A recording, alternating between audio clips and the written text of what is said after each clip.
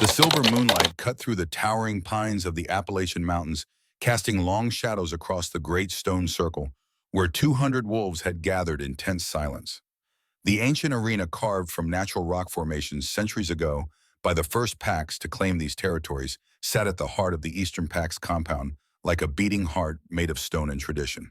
Lyra Whitethorn stood in the center of that circle, her pale skin almost luminescent under the full moon's unforgiving gaze. 23 years old and marked by the rarest condition among their kind, complete albinism, that turned her hair to spun platinum, her skin to porcelain white, and her eyes to the faintest shade of violet that seemed to glow with an otherworldly light in the darkness. She was beautiful in the way that winter itself is beautiful. Cold, untouchable, and according to pack superstition, deeply cursed. The crowd pressed in closer, their breath fogging in the October chill, their eyes hungry for the spectacle about to unfold. Rejection ceremonies were rare. Most wolves accepted their fated mates without question, understanding that the moon goddess herself chose these pairings for purposes beyond mortal comprehension. But when a rejection did occur, it became a public event, a demonstration of pack hierarchy, and the brutal reality that even divine will could be overruled by an alpha's choice. Lara kept her chin lifted, her hands steady at her sides, despite the trembling that threatened to shake through her entire body. She would not give them the satisfaction of seeing her break. Not here. Not in front of the wolves who had whispered about her since the day she was born, who had called her cursed, who had kept their children away from her, as if albinism itself were contagious. Before we continue with Lyra's story, take a moment to comment where in the world you're watching from. And if you enjoy stories of rejected Omegas finding their true destiny, don't forget to subscribe for more. Ronan Blackburn stood across from her, tall and broad-shouldered, in the way of young alphas who had never known defeat. At 28, he was the son of Elder Cornelius Ashford, one of the 3 council members who governed pack law and tradition. His dark hair was pulled back in the warrior style, his jaw sharp enough to cut glass, and his eyes held the golden gleam that marked him as an alpha of considerable power. He was everything an Omega was supposed to want. Strong, influential, connected to the highest levels of pack leadership. When the mate bond had snapped into place 6 months ago during the summer solstice gathering, Lyra had felt a flutter of hope despite herself. Perhaps the moon goddess had seen fit to give her a chance at normal life, at acceptance, at finally belonging somewhere other than the margins of pack society. That hope had died slowly over the following months, as Ronan made excuse after excuse to avoid her, as he refused to complete the claiming ceremony, as she caught him with other Omega females in dark corners of the compound. The bond, incomplete and one-sided without his acceptance, had felt like a rope slowly tightening around her throat. Now he was here to sever it completely. Elder Cornelius Ashford stepped forward, his 71 years evident in the silver of his hair, but not in the steel of his spine. He carried the ceremonial staff of office carved from mountain ash and inlaid with silver that caught the moonlight. His voice, when he spoke, carried across the arena with practiced authority. We gather under the full moon to witness the severing of a mate bond between Ronan Blackburn, son of this council, and Lyra Whitethorn Omega of no particular house or standing. The words were ritual, ancient, and designed to establish the power dynamic before a single rejection was spoken. Ronan Blackburn, state your claim. Ronan's jaw tightened, and for just a moment, Lyra thought she saw something flicker in his eyes. Regret, perhaps.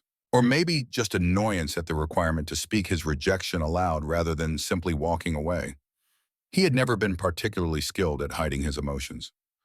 I, Ronan Blackburn, son of Elder Cornelius Ashford, and heir to the Blackburn line, reject you, Lyra Whitethorn, as my fated mate. The words fell like stones into still water, sending ripples of reaction through the gathered crowd. Some gasped. Others nodded with grim satisfaction, as if they had known all along that this would be the outcome. A few of the younger wolves looked away, uncomfortable with the cruelty about to unfold, but unwilling to speak against it. But Ronan was not finished. Your cursed blood, this albinism that marks you as other, as wrong, as touched by forces that have no place in a healthy pack, is a stain upon pack purity. His voice grew stronger, more confident, as if he were reading from a speech he had practiced. Perhaps he had. You are defective, Lyra Whitethorn, unworthy of producing heirs. Your children, should you ever bear them, would carry this curse forward, weakening our bloodlines and bringing misfortune to any family foolish enough to accept you. Each word was a blade precisely placed to cause maximum damage. Lyra felt them cutting deep, finding all the places where doubt and self-hatred had already carved out hollows in her heart. She had heard variations of these words her entire life, whispered behind hands and spoken in pitying tones by wolves who thought they were being kind. But hearing them spoken aloud by the male the moon goddess had chosen for her, hearing them declared as official pack judgment, made them somehow more real, more permanent, more true. "You are a danger to our bloodline's strength," Ronan continued, and now his golden eyes met hers directly, daring her to look away. She did not.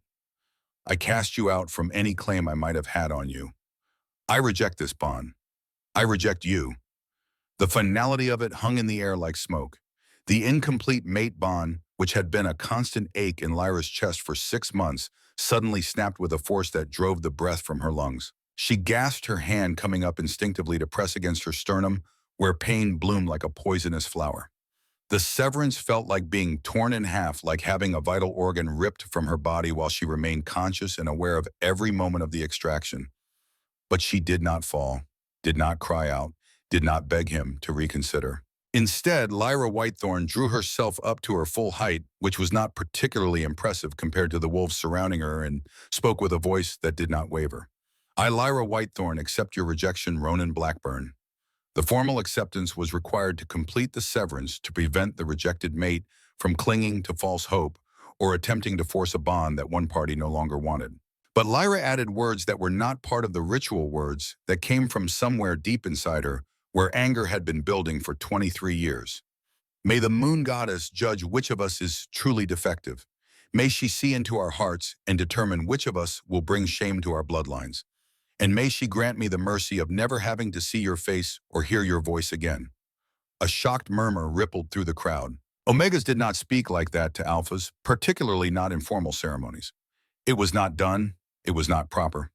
It was potentially dangerous depending on how the rejected alpha chose to respond. Ronan's face flushed with anger, his hands clenching into fists at his sides.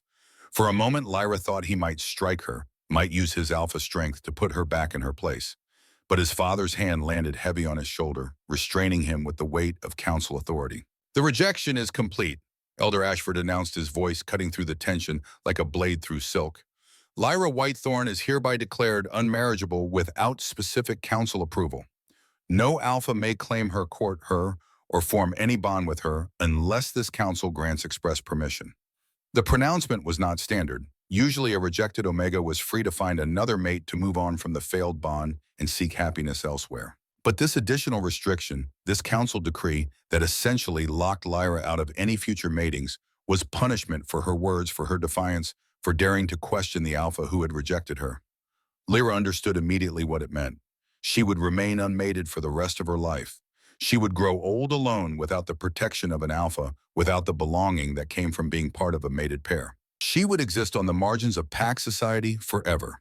Neither fully rejected nor fully accepted, a cautionary tale told to young Omega pups about what happened when you were born wrong. The crowd began to disperse, their entertainment concluded. Some cast pitying glances her way. Others looked satisfied, as if justice had been served. A few of the younger Omega females who had clustered around Ronan for months whispered to each other and laughed sharp sounds that carried across the stone circle like the cries of carrion birds. Lyra stood alone in the center of the arena as the wolves filed out, returning to their quarters in the sprawling compound that housed the Eastern Pack's 300 members. She remained still until the last of them had vanished into the darkness, until even the elders had retreated to their council chambers to discuss pack business that had nothing to do with her. Only then did she allow herself to move. Her legs felt weak, unsteady, as if the rejection had stolen not just her mate bond, but also her ability to support her own weight. She stumbled, once caught herself on the edge of one of the stone seats that ringed the arena, and felt the rough granite scraping against her palm. The pain was distant, unimportant compared to the gaping wound in her chest where the bond had been. Lyra made her way out of the great stone circle and through the compound's central square, past the communal dining hall, where light and laughter spilled from the windows, past the training grounds, where young warriors practiced their forms even in the darkness, past the alpha quarters, where the unmated males lived in comfort and privilege. She walked toward the Omega quarters, a collection of smaller buildings clustered at the eastern edge of the compound, as far from the prime real estate as possible, while still remaining within pack boundaries. Her room was tiny, barely large enough for a narrow bed, a small dresser, and a trunk that held her few possessions. It was not home. It had never been home. But it was the only space in the entire territory that was truly hers. Except she found she could not bear the thought of going there tonight.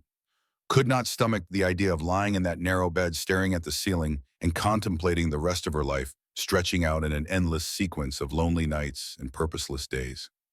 Instead, Lyra turned toward the Forbidden Woods. The forest that bordered the eastern edge of Pack territory had earned its name centuries ago when the first Alphas had claimed these mountains. The woods were dense old-growth timber that had never been logged, filled with ravines and streams and caves that could shelter rogues or predators. Pack law stated that no wolf ventured into the Forbidden Woods alone, especially not at night, especially not without Alpha permission and protection. But Lyra was already as rejected and cast out as a wolf could be, while still technically remaining part of the pack. What more could they do to her for breaking one more rule? She slipped between the trees as the full moon climbed higher in the sky, its light filtering through the canopy and the silver shafts that illuminated her path. The sounds of the compound faded behind her, replaced by the night music of the forest owls calling to each other in the darkness, small creatures rustling through the undergrowth, the distant howl of a wolf that did not belong to any pack. Lyra walked without destination, letting her feet carry her deeper into the woods, away from everything and everyone who had witnessed her public humiliation. The physical pain of the severed bond had faded to a dull ache, but the emotional wounds felt fresh and raw, as if someone had flayed her open and left her exposed to the elements. She had been 15 when her parents died. A rogue pack from the northern territories had launched a raid on the border, trying to steal supplies and test the eastern pack's defenses. Her father, a mid-ranking warrior, had responded to the alarm. Her mother, a healer, had gone to tend the wounded. Neither of them had come back. Lyra had spent the 8 years since then trying to prove she was more than just the cursed albino Omega. She worked in the healing ward, caring for elderly wolves and injured pups with a gentleness that came naturally to her. She kept her head down, avoided conflict, did everything possible to be useful and unobtrusive, and worthy of the pack's continued tolerance. And it had all been for nothing. She was still cursed, still defective, still unwanted. The sound of crying cut through her spiraling thoughts. Lyra stopped, her head tilting as she listened. There it was again, the unmistakable sound of a child in distress, high-pitched and terrified, coming from somewhere ahead and to her left. Every instinct screamed at her to turn back, to return to the compound, to alert the warriors that something was wrong in the Forbidden Woods. But the crying continued, growing more desperate, and Lyra found her feet moving forward before her mind had fully processed the decision. She pushed through a thick tangle of mountain laurel and emerged into a small clearing where moonlight pooled like liquid silver on the forest floor.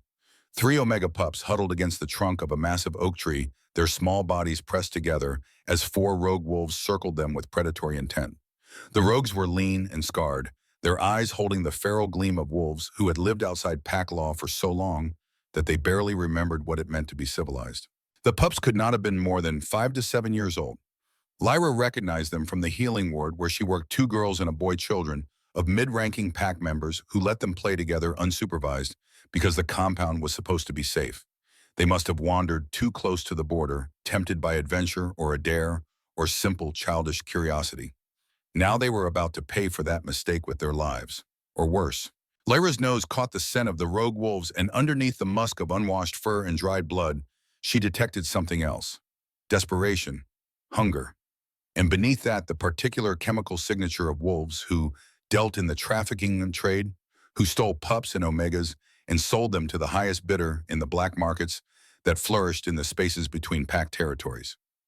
These rogues were not here to kill, they were here to kidnap.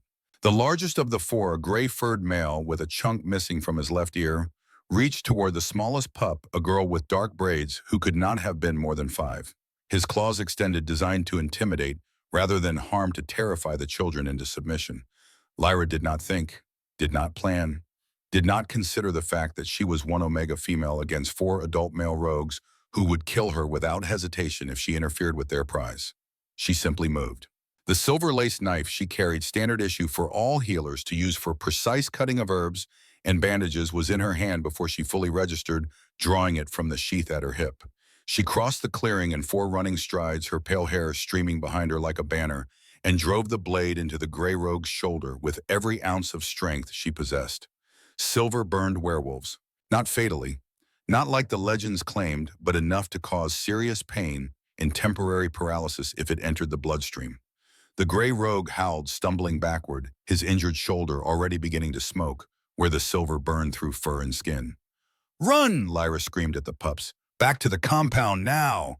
The children scattered like startled rabbits, their small legs pumping, as they fled through the forest.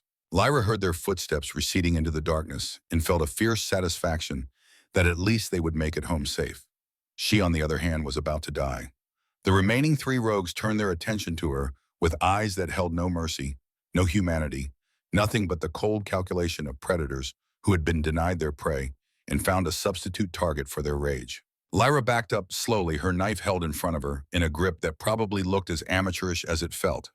She had no combat training. Omegas were not taught to fight in the Eastern Pack. They were protected, sheltered, kept safe behind walls of alpha strength and warrior skill.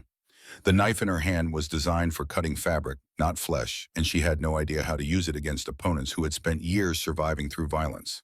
The first rogue lunged. Lyra dodged left, but not fast enough. Claws raked across her right shoulder, tearing through the thin fabric of her dress and opening 4 parallel gashes that burned like lines of fire. She gasped, stumbling her back, hitting the oak tree where the pups had been cornered moments before. The second rogue came from the right, testing her defenses, looking for openings. Lyra slashed with the knife, more desperate than skilled, and felt satisfaction when the blade connected with something solid. The rogue yelped, backing off, dark blood dripping from a cut across his muzzle. But there were still 3 of them, and only 1 of her.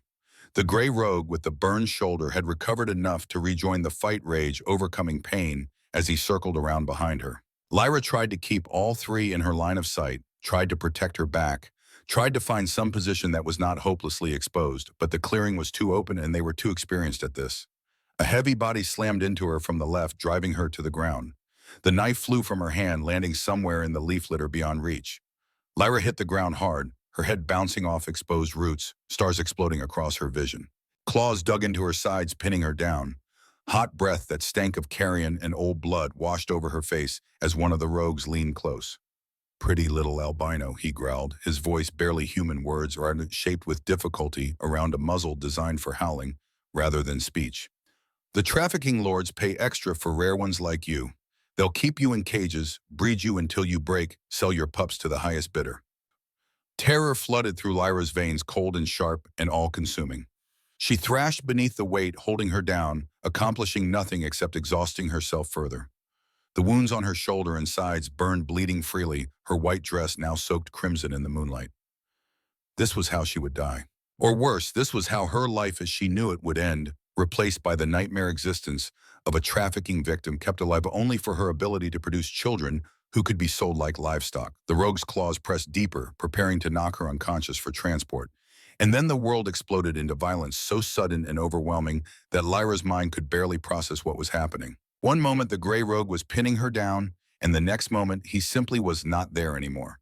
A massive shape, dark and powerful and moving with impossible speed, collided with the rogue and sent him flying across the clearing. The sickening crunch of breaking bones echoed through the forest, followed by a howl of agony that cut off abruptly. A second shape appeared, equally large, intercepting the rogue who had been circling from the right. This one moved like violence made flesh, all controlled aggression and lethal precision, tearing into the rogue with claws and teeth that promised no mercy and delivered none. A third figure, slightly smaller but no less deadly, positioned himself between Lyra and the remaining rogues, a wall of muscle and protective fury that radiated alpha dominance so strong it made the air itself feel heavier. 3 wolves, 3 alphas, moving with a synchronization that spoke of years fighting together, covering each other's weaknesses, anticipating each other's moves before they were made. The battle, if it could even be called that, lasted less than 30 seconds. The gray rogue died, first his neck snapped cleanly by the dark-furred alpha who had struck like thunder. The second rogue tried to run and made it perhaps 10 feet before the aggressive alpha brought him down, jaws closing around his spine with crushing force. The third and fourth rogues, seeing their companions destroyed so easily, attempted to flee in opposite directions. Neither made it out of the clearing. The alpha, who had positioned himself as Lyra's shield, moved with terrifying speed, intercepting one rogue and ending him with brutal efficiency.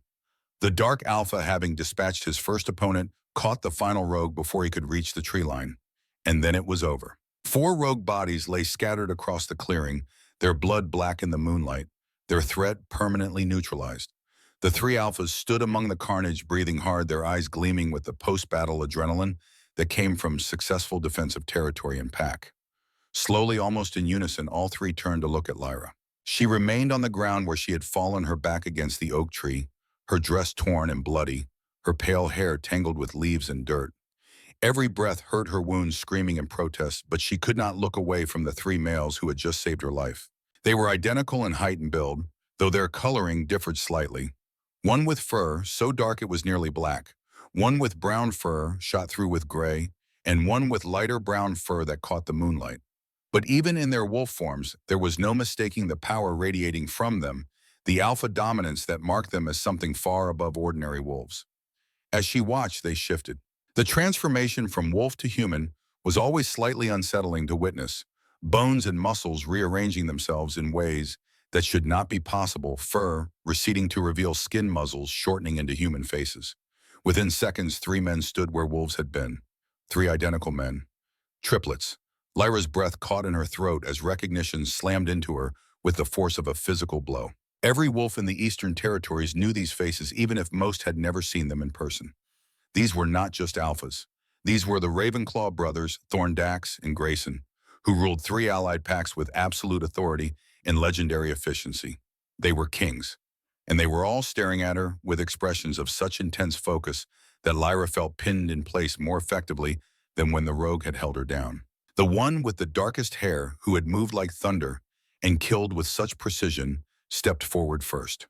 His face was all sharp angles and controlled strength, that distinctive alpha gaze that missed nothing, fixed on her with an intensity that made her want to look away and simultaneously made it impossible to do so. "You're bleeding," he said, his voice like winter wind through bare branches, cold and carrying and absolutely commanding. Before Lyra could respond, the second brother moved closer. His hair was the same shade as his siblings, but his features held more of that barely leashed violence, as if aggression was his natural state and calm required active effort. When he crouched down to her level, she could see old scars on his knuckles, evidence of a life spent fighting. "Multiple lacerations," he said, apparently speaking to his brothers rather than to her, "deep enough to require stitches. Blood loss is significant, but not immediately critical." The third brother, who had positioned himself as her shield during the fight, knelt on her other side. His face was softer somehow, though no less strong, his eyes holding something that might have been concern or might have been calculation. "Can you stand?" he asked, and his voice was gentler than his brother's, though no less alpha in tone. Lyra opened her mouth to respond, to say yes, of course she could stand. She was not some fragile thing that broke at the first sign of trouble. But when she tried to put weight on her legs, the world tilted sideways and gray crept in at the edges of her vision. Strong hands caught her before she could fall. The dark-haired brother had moved faster than should be possible, one arm sliding behind her back, the other beneath her knees, lifting her as if she weighed nothing at all. And then something happened that Lyra's mind could not immediately process. The moment his skin made contact with hers, she felt it. A pull, a connection, a sense of rightness so profound and overwhelming that it drove every other thought from her mind. Mate bond, but that was impossible. She had just had her mate bond severed less than an hour ago. Wolves could not form new bonds so quickly, especially not with alphas. They had never even met before. The moon goddess chose mates, carefully pairing wolves whose strengths and weaknesses complemented each other, whose personalities balanced. It took time for bonds to form, weeks or months of proximity and interaction. And yet there it was, blazing in her chest like a newborn star, filling the hollow place where Ronan's rejected bond had left a wound. The dark-haired alpha's eyes widened fractionally, the only sign that he felt it too. His grip on her tightened not painfully but possessively, and his head turned sharply toward his brothers. "Do you feel?" he started to say. "Yes," the aggressive brother interrupted, his voice rough with something that might have been shock or wonder or perhaps fear. "Impossible. There's no way." "I feel it too," the gentle brother confirmed, and now his expression had shifted from concern to something else entirely, something fierce and possessive and absolute. "She's calling to all three of us." Lyra's mind was spinning, trying to process what they were saying, what it meant. Calling to all three of them. As if one mate bond was not enough, as if the moon goddess had somehow decided to tie her to not one alpha, but three to brothers who were already bound together by blood and shared destiny. It should not be possible, but the goddess-forged link blazing in her chest did not care about possibility. It cared only about inevitability, about rightness, about the sudden absolute certainty that these three males were hers, and she was theirs, and nothing in the world would ever change that fundamental truth. "Who are you?" the dark-haired Alpha demanded, though his tone had shifted from commanding to something almost reverent. "What's your name?" "Lyra," she managed to say, her voice barely more than a whisper. "Lyra Whitethorn." The three brothers exchanged glances, some unspoken communication passing between them, in the way of wolves who had known each other their entire lives. "Lyra Whitethorn," the dark-haired Alpha repeated as if testing how her name felt in his mouth. "I'm Thorn Ravenclaw. These are my brothers Dax and Grayson. And you, Lyra, are coming with us." It was not a request. It was not even really a command. It was simply a statement of fact delivered with the absolute confidence of an Alpha who had never been denied anything he truly wanted. Lyra should have protested, should have demanded to be returned to the pack compound to the healing ward, where someone could tend her wounds, to the tiny room that was not home, but was at least familiar. Should have reminded them that she was unmated by council decree, that no Alpha could claim her without explicit permission from Elder Ashford and his council. But awareness of the three Alphas sang through her veins, drowning out every logical thought, every practical objection, every voice of caution that had kept her safe for 23 years. And when Thorn Ravenclaw began walking deeper into the Forbidden Woods, carrying her in his arms as if she were something precious rather than cursed, something to be treasured rather than cast aside, Lyra found she had no desire to protest at all. Behind them, Dax and Grayson fell into formation, one on each side, creating a protective triangle that enclosed her completely. The moonlight filtered through the trees, painting everything in shades of silver and shadow, and Lyra Whitethorn, the cursed albino Omega, who had been rejected and cast out and declared unmarriageable just hours before, felt something she had not felt in 8 years. She felt safe. The Ravenclaw estate revealed itself gradually through the dense forest, like a secret being reluctantly shared. Lyra had lived her entire life within the Eastern Pack's territory, but she had never ventured this deep into the wilderness that bordered the compound. No one did.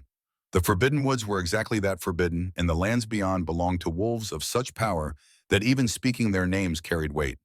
Thorn Ravenclaw carried her as if she weighed nothing, his stride never faltering, despite the difficult terrain of roots and rocks and fallen logs. His brothers moved on either side, their eyes constantly scanning the darkness for threats that Lyra suspected would be foolish to appear. The trees began to thin, and suddenly they were standing at the edge of a clearing that held a structure so at odds with the wild forest surrounding it that Lyra's breath caught in her throat. The estate was built from mountain stone and timber, 3 stories tall, with wide windows that reflected the moonlight like watching eyes. It sprawled across the clearing in a way that suggested organic growth, rather than rigid planning, with wings extending in different directions, as if rooms had been added over generations according to need rather than aesthetic. Lanterns burned in several windows, casting warm golden light that spilled across a courtyard paved with flat stones and bordered by gardens that, even in October's chill, showed signs of careful tending. This was not a house. This was a stronghold, a place of power that announced without words that the wolves who lived here answered to no authority except their own. "Home," Grayson said simply, though whether he was announcing their arrival to her or to some unseen presence, Lyra could not tell. The massive front doors opened before they reached them, and a woman stood framed in the entrance. She was perhaps 58 years old. Her dark hair shot through with silver, her face bearing the lines of someone who had smiled often and worried more. She wore practical clothing, trousers, and a tunic that marked her as pack rather than human, and her gaze went immediately to Lyra with the focused intensity of someone trained to assess injuries. "Blessed moon," the woman breathed, her hand coming up to cover her mouth. "What happened?" "Rogues," Dax said shortly, his voice still carrying the edge of violence from the fight. 4 of them trafficking trade, going after 3 pups from the Eastern Pack compound. She fought them alone. The woman's eyes widened fractionally as she took in what that meant, an Omega untrained facing 4 adult male rogues without backup or weapons beyond a healer's knife. Her attention moved from Lyra's face to the wounds visible through her torn and bloodied dress, cataloging damage with professional efficiency. "Bring her to the healing room," the woman said, already turning and moving deeper into the house. "I'll need hot water, clean bandages, and the suture kit. Grayson, fetch the silver salve. Those claw marks will need treatment to prevent infection." The interior of the estate was as impressive as the exterior. High ceilings supported by massive timber beams. Stone floors covered with thick rugs that muffled footsteps. Furniture that looked both comfortable and expensive, the kind of pieces that lasted generations. Artwork on the walls showing forest scenes and wolf packs under various phases of the moon. Thorn carried Lyra through a series of hallways and into a room that was clearly designed as a medical facility. A long table stood in the center, its surface covered with clean white sheets. Cabinets lined one wall, their glass doors revealing neat rows of medical supplies. The scent of antiseptic and healing herbs hung in the air, familiar and oddly comforting. He laid her down on the table with surprising gentleness for someone who had just killed two wolves with his bare hands. His gaze met hers, irises the color of moonlight on steel, and Lyra saw something in them that she could not quite identify. Concern mixed with possessiveness, mixed with something else that made her stomach flutter, despite the pain radiating from her wounds.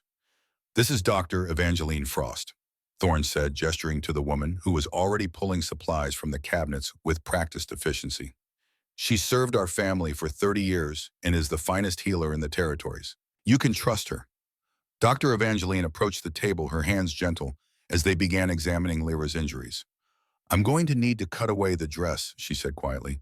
"It's too damaged to save, and I can't properly treat you with fabric in the way." Lyra nodded, not trusting her voice. The adrenaline that had carried her through the fight and the impossible revelation of the triple mate bond was fading now, leaving behind exhaustion and pain and a bone-deep weariness that made even breathing feel like effort. Dr. Evangeline worked with efficient precision, using scissors to remove the ruined dress until Lyra lay in only her undergarments, her pale skin stark against the white sheets. The healer's intake of breath was audible when the full extent of the injuries became visible. 4 parallel claw marks across Lyra's right shoulder, deep enough that white bone was visible at the bottom of one furrow. Multiple puncture wounds along her sides where teeth or claws had dug in while pinning her down. Bruising already forming across her ribs and back from where she had hit the ground. Scrapes and cuts on her arms and legs from fighting through underbrush. "You should be dead," Dr. Evangeline said bluntly, though her tone held admiration rather than accusation. 4 rogues against 1 Omega, no training, no backup. You should not have survived. "The pups," Lyra managed to say through lips that felt numb. "Did they make it back?" Grayson, who had returned with a jar of silver-colored salve, answered from his position near the door. "We sent word to the Eastern Pack compound as soon as we reached the estate. 3 pups arrived safely approximately 20 minutes ago, frightened but unharmed. They're telling everyone about the brave Omega who saved them from the bad wolves." Relief flooded through Lyra with such intensity that tears pricked at her eyes. The children were safe. Whatever happened to her now, whatever price she had to pay for interfering, for fighting, for surviving, at least those 3 pups would grow up to have futures that had not been stolen by trafficking lords.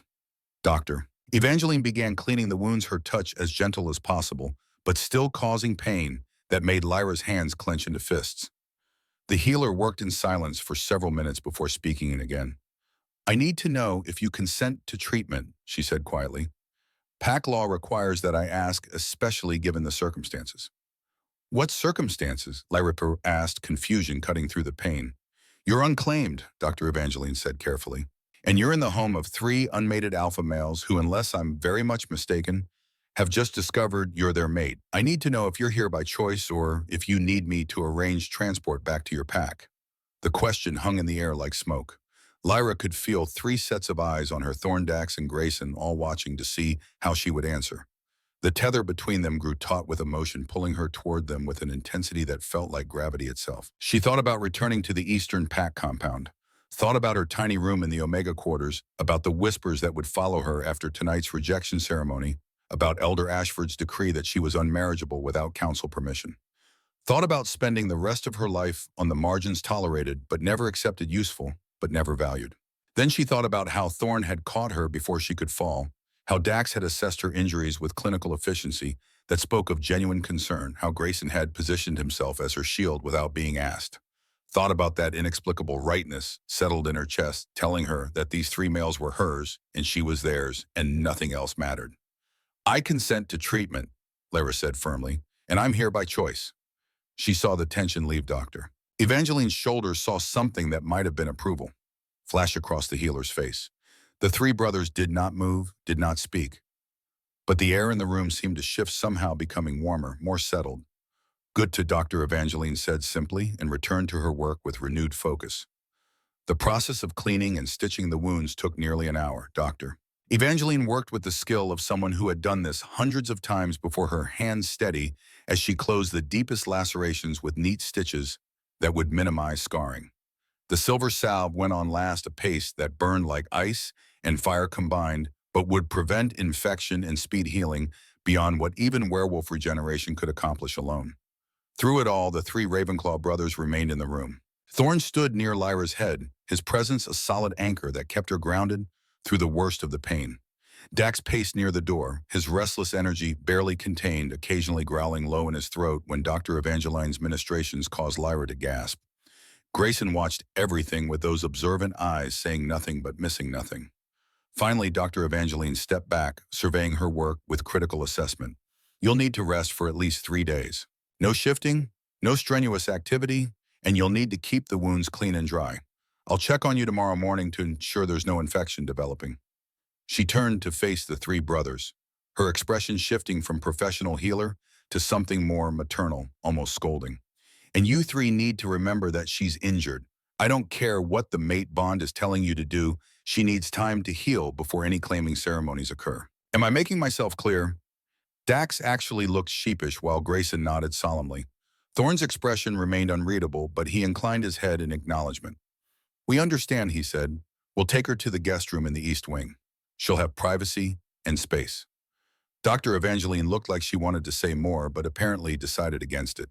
Instead, she gathered her supplies, gave Lyra one last examining look, and headed for the door. She paused at the threshold, glancing back. Welcome to Ravenclaw Estate, Lyra Whitethorn, she said quietly. I have a feeling things are about to become very interesting around here. Then she was gone, leaving Lyra alone with 3 Alphakings, an awareness of them blazing with increasing intensity now that the distraction of treatment had ended. For a long moment, no one spoke. Lyra lay on the table, covered by a clean sheet that Dr. Evangeline had draped over her, acutely aware of her near-nakedness and vulnerability. The pain medication the healer had given her was starting to work, making everything feel slightly distant and dreamlike. Thorne broke the silence first. We need to talk about what happens now. What happens now, Bucky? Lyra echoed, her voice sounding strange to her own ears. I was rejected and declared unmarriageable less than 2 hours ago. And now I'm mated to 3 Alphakings who I've never even met before tonight. I'm not sure there's a protocol for this situation. Dax laughed, a short bark of sound that held genuine amusement. No, there's definitely no protocol. Triple mate bonds are supposed to be impossible. We've spent 30 years looking for an Omega who could connect with all 3 of us, and every healer, every elder, every wise wolf we consulted said it couldn't happen. That the moon goddess doesn't work that way. And yet here you are, Grayson added softly, calling to all 3 of us with equal intensity, creating a bond that shouldn't exist but absolutely does. Lyra's mind was trying to process this information through the haze of pain and medication. 30 years, she repeated. You've been looking for 30 years. We were born during a blood moon. Thorne explained, his voice taking on the cadence of a story told many times. Triplets are rare among our kind, maybe one set every few generations. Triplet alphas are almost unheard of. Our mother died bringing us into the world, the strain of carrying 3 alpha pups too much for even her considerable strength.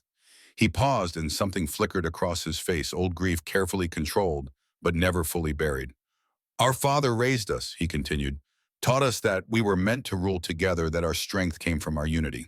But he also warned us that finding mates would be nearly impossible. Most Omegas bond to a single alpha. The thought of sharing, of creating a triad or triangle bond, goes against every instinct they have. We've had Omegas offer themselves, Dax said, and his tone suggested this was not a pleasant memory. Dozens over the years. Some wanted the power that would come from being mated to kings. Some were ordered by their alphas to seduce us for political alliances. Some genuinely believed they could handle a bond with all 3 of us. But the bond never formed, Grayson finished. We could force a claiming, could mark an Omega, and call it a mating, but without the true mate bond created by the moon goddess herself, it would be empty. A political arrangement, nothing more. Lyra listened to them explain, trying to understand the magnitude of what they were describing. 30 years of searching, 30 years of failed attempts and disappointed hopes, 30 years of being told that what they needed could not exist. And then she had stumbled into their territory, bleeding and terrified and fighting to protect children who were not even hers, and the impossible had become real. I don't understand why, she said quietly. I'm nobody. I'm cursed, defective, unmarriageable. I was rejected by my fated mate because my bloodline is too weak, too wrong, too damaged to be worth preserving.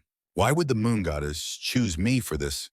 The words came out more bitter than she had intended, carrying 8 years of accumulated hurt and rejection and self-doubt.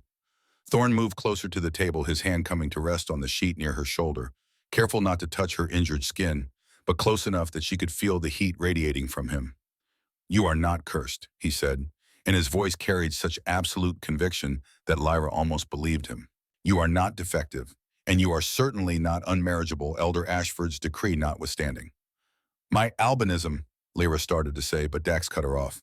"Is beautiful," he said flatly. "You look like moonlight, given form like winter itself, and chose to walk among us. Any alpha who rejected you for that is a fool who deserves to spend the rest of his life regretting his choice." "The pack says it's a curse," Lyra insisted, needing them to understand what they were taking on. "They say children born with albinism bring misfortune. That my parents died because of me, because I was born wrong." "Your parents died defending their pack from rogues," Grayson said gently. "That's what warriors do, what healers do. They sacrifice themselves to protect those weaker. Their deaths were honorable, not punishment for your existence." He moved to stand on the other side of the table, his gray eyes meeting hers with uncomfortable intensity. "As for pack superstition about albinism," he continued, "I've spent years studying ancient texts about our kind, about the old ways before packs became so isolated and insular. Do you know what I found?" Lyra shook her head, not trusting her voice. "References to moon-blessed wolves," Grayson said. "Wolves born with alabaster coats and eyes that held starlight. They were considered sacred, marked by the moon goddess herself for special purposes. They were healers and seers, protectors, and peacemakers. They were treasured, not cast aside." "But that's just legend," Lyra protested weakly. "Old stories that people made up to explain things they didn't understand." "Maybe," Grayson acknowledged, "or maybe your pack has forgotten truths that other territories still remember. Maybe what they call a curse is actually a blessing so old that its meaning has been lost." The possibility was too enormous to contemplate fully. Lyra's entire life had been built on the foundation of being wrong, being damaged, being less than. The idea that she might instead be more than that, her difference might be sacred rather than shameful, felt like standing on ground that was suddenly shifting beneath her feet. "I need time," she said finally, "to think about this, to understand what this bond means. I'm not ready to." "Oh, we know," Thorne said, and his voice had gentled slightly. Dr. Evangeline was correct. "You're injured and exhausted, and you've been through multiple traumas in one night. We're not going to rush you into anything. But we do need you to understand something," Dax added, and his tone made it clear this was important. "The mate bond has formed. That's not something that can be undone or ignored. You're ours now, Lyra Whitethorn, and we are yours. That's a reality that exists independent of what you decide to do about it." The possessive certainty in his voice should have been frightening, should have triggered every self-preservation instinct Lyra possessed. But instead, she felt that connection in her chest respond with warmth and satisfaction, as if this claiming, even verbal rather than physical, was exactly what some deep part of her had been waiting for. "What about Elder Ashford's decree?" Lyra asked, grasping for practical concerns to anchor herself. "I'm unmarriageable without council permission. If you claim me, you'll be violating pack law." The three brothers exchanged glances, and Lyra saw something pass between them that might have been amusement or might have been anticipation of conflict. "Elder Cornelius Ashford has authority over the Eastern Pack," Thorne said slowly, as if explaining something to a child. "He does not have authority over the Ravenclaw territories. We rule 3 allied packs, Northern, Eastern, and Southern. The Eastern Pack you were born into is part of our coalition, which means Ashford's council answers to us, not the other way around." The implications of that statement took a moment to fully penetrate Lyra's pain and medication-hazed mind. "You're saying his decree doesn't apply to you." "We're saying his decree is irrelevant," Dax corrected. "If we choose to claim you, no council in any territory has the authority to prevent it. We are alphas of the highest rank. We bow to no one except the moon goddess herself." It was a bald statement of power that would have been arrogant coming from anyone else. But from 3 kings who ruled territories spanning hundreds of miles, who commanded the loyalty of thousands of wolves, who had just dispatched 4 rogues with the casual efficiency of apex predators dealing with minor irritations. It was simply fact. "But claiming me would cause political problems," Lyra said, thinking through the consequences. "Ronan Blackburn is Elder Ashford's son. If you take me as mate after Ronan publicly rejected me, it will look like you're undermining his authority. It will look like you're saying his judgment about me was wrong." "His judgment about you was wrong," Grayson said simply. "And yes, claiming you will cause political problems. We're prepared for that." "Are you?" Thorne asked, and the intense stare of a born leader pinned her in place more effectively than any physical restraint. "Prepared for it, I mean. Because if we complete this bond, if we officially claim you as our mate, you won't just be an Omega anymore. You'll be Luna of 3 packs. You'll have authority second only to ours. You'll be responsible for thousands of wolves who will look to you for leadership and guidance. The prospect was overwhelming enough that Lyra felt dizzy. Her a Luna. Her responsible for anything beyond sweeping floors and changing bandages. Her in a position of authority over wolves who had spent her entire life looking down on her. I don't know how to be a Luna, she admitted. I don't know anything about pack politics or territory management or any of the things I'd need to know. You fought 4 rogues to protect 3 pups who weren't even yours, Dax said. You stood up to your rejecting mate in front of the entire pack instead of accepting his cruelty in silence. You negotiated consent for medical treatment even while injured and in pain. Those are the qualities of a Luna Lyra. The rest can be taught. But first, Thorne said, and his voice took on that commanding tone that made it clear the discussion period was over. You need to rest and heal. Grayson helped me get her to the guest room. Before Lyra could protest that she was capable of walking, Thorne had scooped her up again, sheet and all, cradling her against his chest with the same ease he had shown in the forest.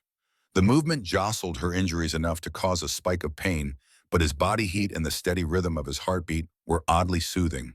They carried her through more hallways, up a wide staircase with carved banisters, and into a room that was larger than her entire Omega quarters back at the compound.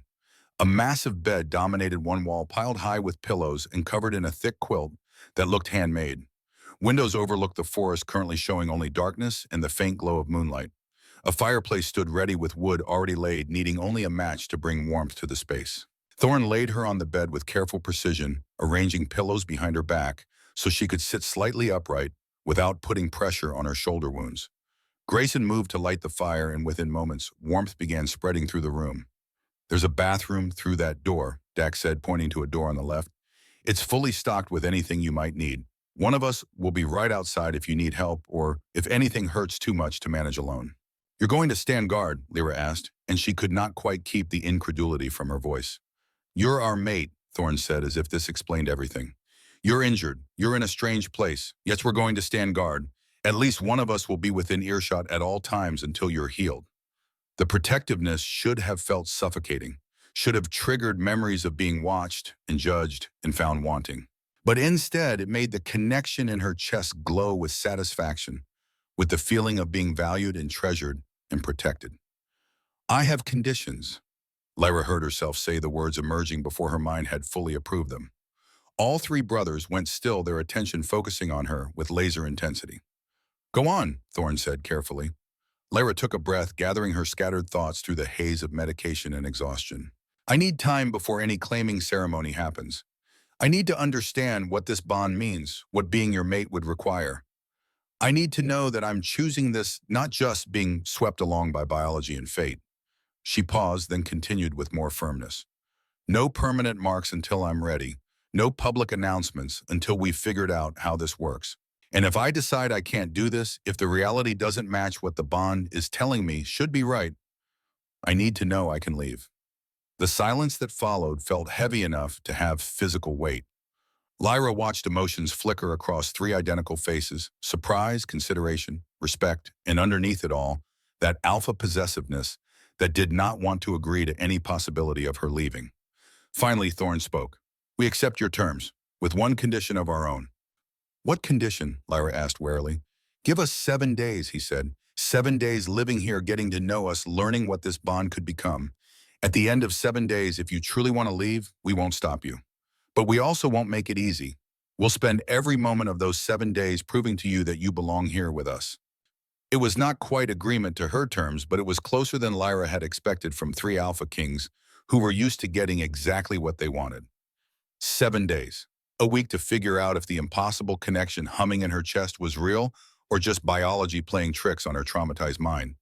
7 days, she agreed, but no forced intimacy, no using the bond to manipulate my emotions, and no punishment if I decide to leave. Deal, Dax said immediately, and Grayson nodded agreement. Thorne studied her for a long moment, eyes that gleamed with predatory focus unreadable. Then he extended his hand, palm up, in the traditional gesture of oath-taking among wolves. 7 days, he confirmed. No forced intimacy, no emotional manipulation, no punishment, regardless of your choice. You have my word. as Alpha of the Northern Pack. And mine, Dax added, placing his hand over his brother's. As Alpha of the Southern Pack. And mine, Grayson finished, completing the stack. As Alpha of the Eastern Pack. Lyra reached out with her uninjured hand, placing it on top of theirs. The moment her skin made contact, she felt them through the goddess-forged link with such intensity that she gasped, feeling an echo of what all three of them were feeling. Determination. Possessive need, fierce protectiveness, and underneath it all, hope so fragile it made her chest ache. 7 days, she whispered, and felt the oath settle into place with the weight of pack law and divine witness. The brothers withdrew their hands slowly, reluctantly, and Lyra could see the effort it cost them to step back to give her space to honor the bargain they had just made. Rest now, Thorn said, his voice gentler than she had yet heard it. Tomorrow, when you're stronger, we'll start showing you what being our mate truly means. They filed out of the room one by one, each pausing at the door to look back as if committing the sight of her to memory. Dax was last, and he stood in the doorway for a long moment before speaking. That Alpha who rejected you, he said quietly. Ronan Blackburn, he's going to regret what he did for the rest of his life. Because when you stand beside us as Luna, when every wolf in 3 territories sees what we see, he'll understand exactly what he threw away. Then he was gone, closing the door with a soft click, leaving Lyra alone in a room warmed by firelight, with the connection blazing in her chest and 7 days stretching ahead that would determine the entire course of her future. She lay back against the pillows, her body aching and exhausted, but her mind racing too fast for sleep. 24 hours ago, she had been preparing for a rejection ceremony, steeling herself to endure public humiliation and spend the rest of her life on the margins of pack society. Now she was mated to 3 kings lying in a room more luxurious than anywhere she had ever stayed, with promises of being taught what being a Luna meant. The moon goddess Elira thought distantly, as sleep finally began to claim her, had a twisted sense of humor. But as awareness of them settled warm and steady in her chest, as she felt the presence of 3 alphas standing guard just beyond her door, as she finally allowed herself to believe that maybe, just maybe, she was not cursed after all, Lyra found she could not quite bring herself to complain about the divine sense of humor that had brought her here. 7 days to decide her future. 7 days to discover if the impossible bond was real. 7 days to learn if she could be the Luna that 3 kings needed. The firelight flickered and danced, casting shadows across the ceiling as Lyra Whitethorn, the albino Omega who had been cast aside and declared unmarriageable, finally surrendered to exhaustion and allowed sleep to claim her. Outside her door, 3 brothers stood in the hallway, none willing to be the first to walk away, all bound by an oath to give her time and space, but unable to fully leave while she was injured and vulnerable and theirs. She's going to choose us, Dax said quietly, and it was unclear whether he was stating a fact or trying to convince himself. She has to, Grayson added. The bond is too strong. She felt it as clearly as we did. Thorn said nothing for a long moment, his gaze fixed on the closed door as if he could see through it to where their mate lay sleeping. She'll choose us, he finally said, and his voice carried the weight of prophecy and determination combined. Because we're going to prove to her that she's not cursed. She's blessed, and she's exactly what we've been waiting 30 years to find. The 3 brothers stood vigil through the night, taking turns pacing the hallway, unable to rest, while their newly discovered mate slept beyond a door they had promised not to cross without permission. And in the room, Lyra dreamed. But these were not the nightmares that had haunted her for 8 years, visions of rejection and isolation and dying alone in the margins.